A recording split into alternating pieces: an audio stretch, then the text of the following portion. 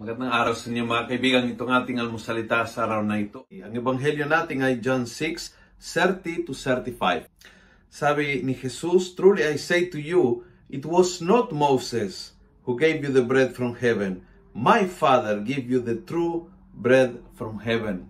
Minsan kasi pagtanggap ng biyaya, hindi natin nakikita ang kamay ng Diyos na ay bukal ng biyayang ito.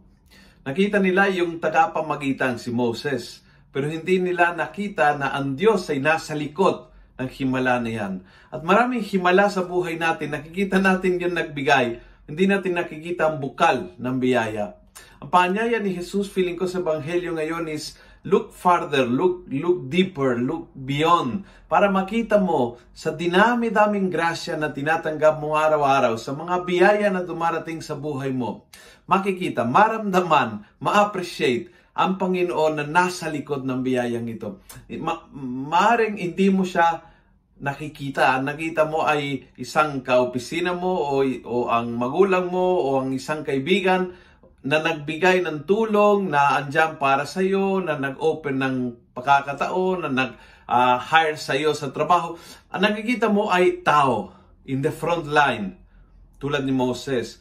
Pero nasa likod nito ang kamay ng Diyos.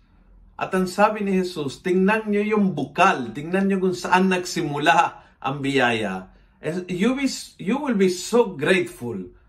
You will be so grateful dahil makikita mo na si ganito, si ganyan, ang mga tagapamagitan. But beyond them and at the back of them, ang dakilang kamay ng Diyos.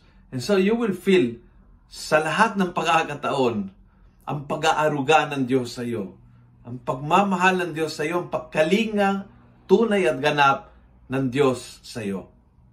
Kung gusto mo ang video ito, pass it on. Punuin natin ang good news sa social media. Gawin natin viral, araw-araw ang salita ng Diyos. God bless.